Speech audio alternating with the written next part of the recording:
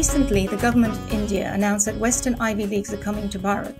Now, these are premier institutions like Harvard, Oxford, Cambridge, Yale, and many Indians aspire to send their children there. So what's wrong with them setting up shop in India? Well, let's take the positive spin first. There's a great opportunity here.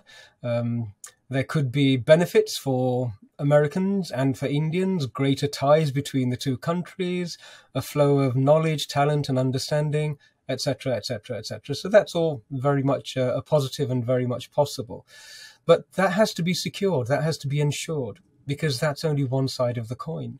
And as Bharatiyas, we've always had this approach of looking at the bright side, the rose-tinted glasses that, always think, well, this could be good. Let's have the Mughals come in, let's have the Brits come in and the Turks come in and so on. So I think it's about time in Bharat's recovery to start to be very positive and open-minded, but to have a look in a little bit more detail. And when you do that, that's when the interesting things start to emerge, don't they?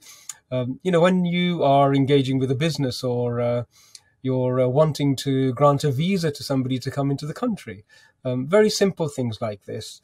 You have a look at the CVs of people, don't you? You have a look at the background of the business. You have a look at its history. And I wonder whether that's really been done. Had it been done, I think the manner in which the government had approached this would be quite different. Let's think of Harvard and Oxford as two prime examples. Although Yale, I understand, is very close and not far behind. These are all institutions whose roots lie in the dark period of history that we look at as colonialism.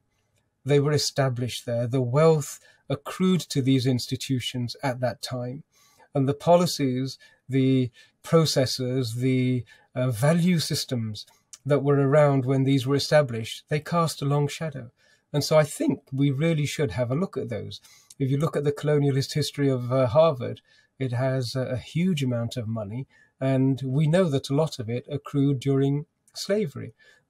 We know that a lot of the power, the land that the owners of these institutions acquired was taken under false pretenses from the indigenous people, and the Native Americans really suffered at the hands of the colonialists who established Harvard and Stanford, etc.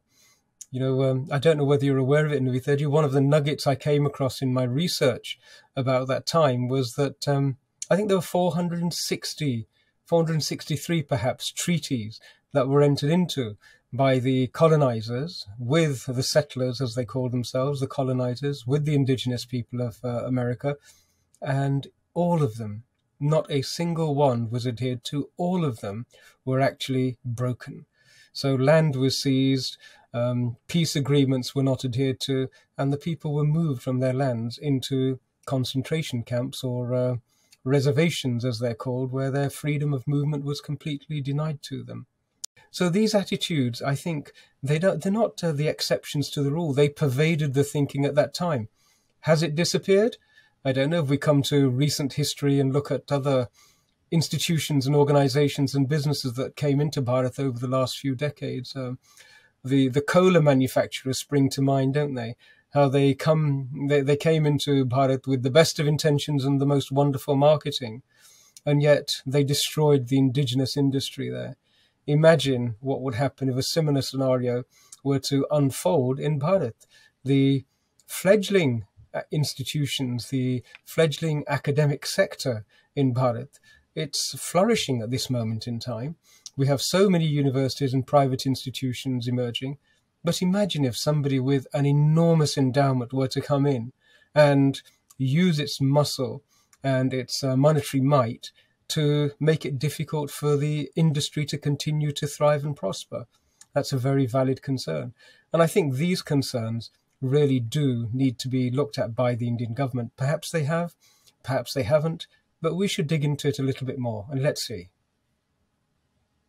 Yes, you're right, actually. Graduates from Oxford were deeply involved in the British East India Company. In fact, much of the ruling class of the British Raj was trained at Oxford. So this feels a bit like British East India Company 2.0.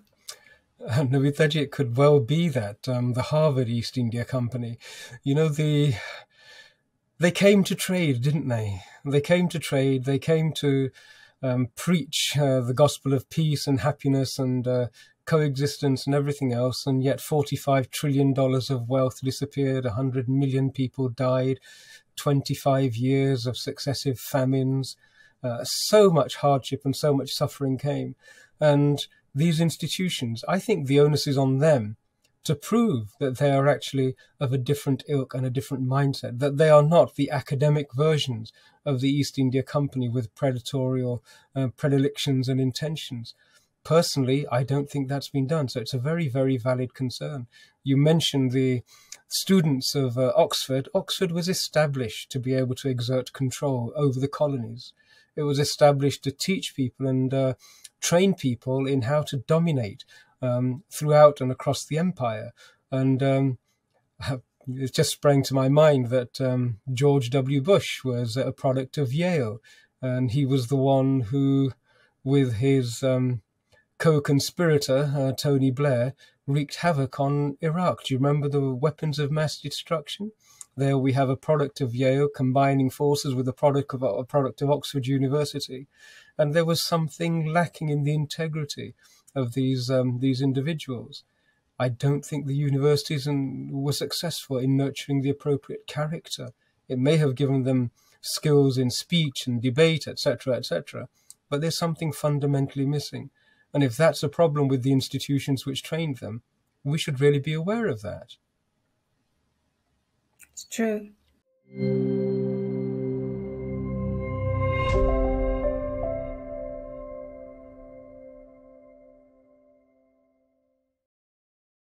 Please remember to subscribe to us and switch on the notifications for this channel.